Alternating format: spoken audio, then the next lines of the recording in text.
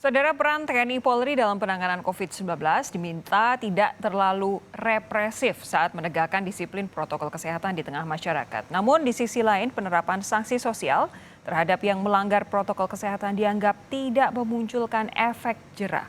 Lalu langkah seperti apa dari TNI Polri yang dianggap paling moderat untuk menindak para pelanggar protokol kesehatan? Kami akan bahas hal ini bersama Ketua Pusat Studi Politik dan Keamanan Universitas Padjadjaran Bandung, Muradi. Selamat malam Pak Muradi. Malam Mbak, Assalamualaikum Ada warahmatullahi wabarakatuh. Waalaikumsalam warahmatullahi wabarakatuh. Ada pula pengamat kebijakan publik dari Universitas Indonesia, Rian Nugroho. Selamat malam Pak Rian. Selamat malam Mbak. Pak Rian, saya ke Pak Muradi dulu ya. Pak Muradi, begini, ini kan sudah melibatkan TNI dan Polri untuk mengurus kedisiplinan masyarakat terkait protokol kesehatan. Sebenarnya apakah boleh pelanggaran disiplin protokol kesehatan itu dimasukkan dalam kategori gangguan keamanan sehingga harus melibatkan TNI dan Polri? Ya, saya kira ada 4 hal Mbak. Pertama memang kita harus belajar dari beberapa negara terkait dengan itu. Dan beberapa kasus misalnya kemudian kita ambil contoh misalnya katakanlah di Italia, kemudian beberapa negara di India dan sebagainya.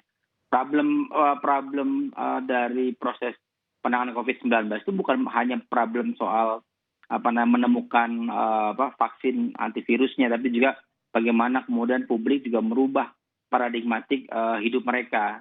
Itu pertama ya, saya kira ini problem sendiri. Jadi memang negara-negara dengan disiplin yang rendah ini cenderung kemudian memiliki potensi yang lebih luas, lebih melebar dan meluas terkait dengan pandemi COVID-19. Yang kedua ini saya kira sudah berulang kali misalnya kemudian kita mendiskusikan sebenarnya bahwa problem di Indonesia ini problemnya adalah kalau orang Jawa bilang ngeyel ya. Jadi kalau nggak kemudian harus ada efek gentar, efek jera yang membuat mereka pada akhirnya tidak melakukan langkah-langkah yang kemudian sama dengan yang normatif.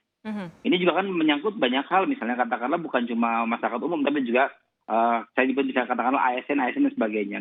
Ini yang saya kira juga nggak selesai dengan misalnya menerjunkan Satpol PP. Kasus misalnya perkelahian antara Satpol PP dengan oknum masyarakat di Surabaya itu membuktikan bahwa masyarakat tidak gentar terhadap Satpol PP. Karena apa? Karena penegakan aturannya hanya penegakan di level misalnya perda dan sebagainya.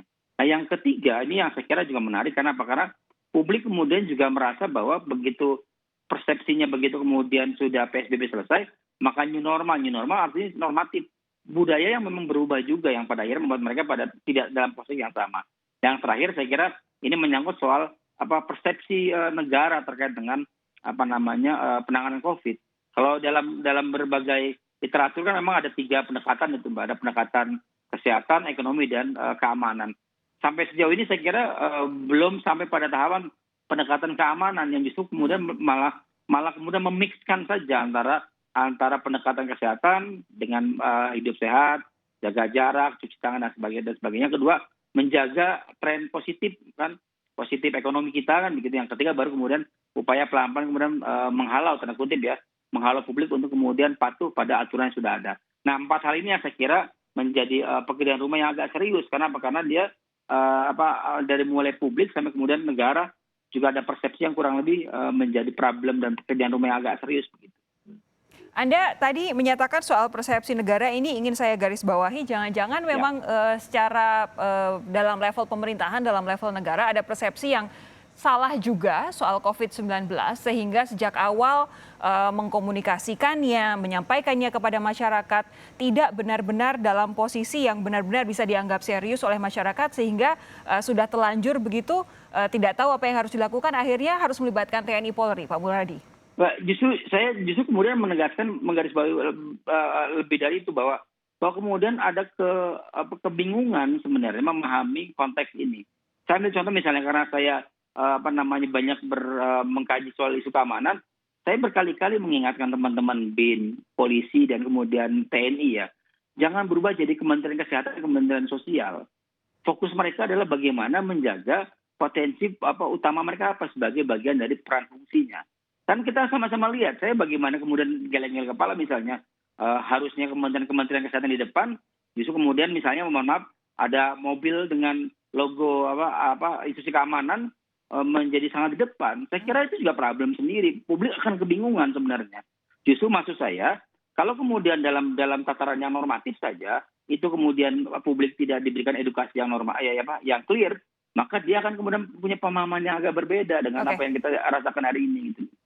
Oke, Pak Rian, kalau menurut Anda pelibatan TNI Polri untuk menegakkan disiplin protokol kesehatan sudah tepat, Pak Rian?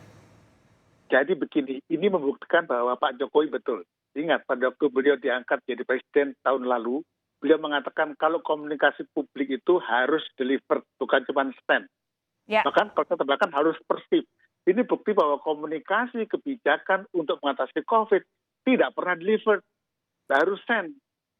Untuk itu, baru stand langsung kemudian persepsinya sudah dalam kondisi berbahaya. Saya sepakat dengan Pak Muradi. Jadi persepsi menentukan eksekusi. Menurut hemat saya, kalau tempo memang harus turun, maka harusnya kombinasi. Mungkin ada polisi, ada TNI, tapi yang dikedepankan adalah pendekatan humanity, pendekatan edukasi. Coba, tadi Pak Erick mengatakan bagaimana agar masyarakat itu bisa mengerti kan? Nah, mengerti itu masalah komunikasi. Harusnya diajukan adalah ada pakar komunikasi, pakar antropologi, pakar kebudayaan, untuk mengajak itu. Kemudian menggunakan struktur administrasi yang ada. Kita punya kecamatan, kelurahan, RT, RW, daya gunakan apa yang ada.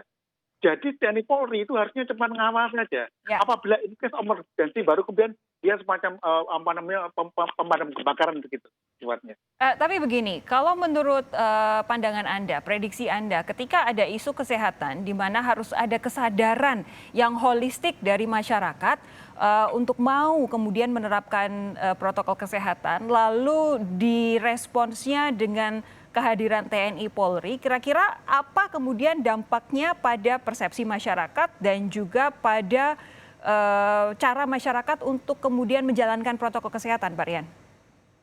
Ini saya justru agak khawatir akan jadi sesuatu yang itu tidak pas. Contohnya, ada orang nggak pakai masker suruh push up. Apa hubungannya itu? Jadi kadang-kadang ya, kenapa? Karena kita akui, teman-teman TNI Polri itu kan memang tugasnya untuk represif, kemudian security. Mereka tidak dilatih untuk masalah psikologi sosial dan seterusnya. Jadi approach-nya pasti approach seperti itu. Seperti approach menangkap seorang pencuri atau copet, langsung dukung di situ. Jadi dengan demikian, kalau toh TNI Polri harus turun, dilatih dulu supaya tahu bagaimana namanya sosial psikologi itu, psikologi massa. Kalau enggak, nanti massa justru bertanya, kenapa sih kok saya suruh push up? Kenapa saya salah pasang masker suruh push up? Padahal itu pejabat-pejabat pakai masker salah, nggak disuruh push up.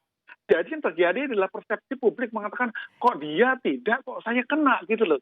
Nah ini yang terjadi justru menjadi kontraproduktif. Jadi pelibatan TNI Polri bagus-bagus saja. Tapi ingat, harus jadikan sebuah gagasan bahwa untuk membuat COVID selesai dengan baik, komunikasinya nggak boleh yang jadi hero cuma Polri aja. Dan model ini nanti yang didorong jadi hero siapa? Ya Pak Polisi dengan Pak TNI. Harusnya itu menjadi hero itu semuanya. Siapa itu? Ya ustadznya, ya pendetanya, ya guru-gurunya dilibatkan. Jadi untuk melawan COVID ini bukan dengan cara seperti ini.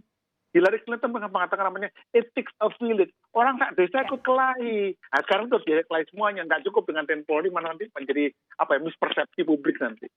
Itu tadi ya, menimbulkan kebingungan di masyarakat ketika kita yang ada di jalanan ketemu dengan TNI Polri, ditegur ketika menggunakan masker tidak tepat, terlihat hidungnya. Padahal selama ini kita menyaksikan di televisi atau dimanapun juga banyak sekali pejabat yang menggunakan masker juga tidak secara tepat, begitu ya Pak Rian ya? Ya. Sesaat lagi saya akan tanyakan kepada Pak Muradi bagaimana kemudian memastikan polisi dan TNI tidak bertindak represif ketika sedang mendisiplinkan masyarakat. Jangan kemana-mana saudara, tetap bersama kami di Sapa Indonesia Malam.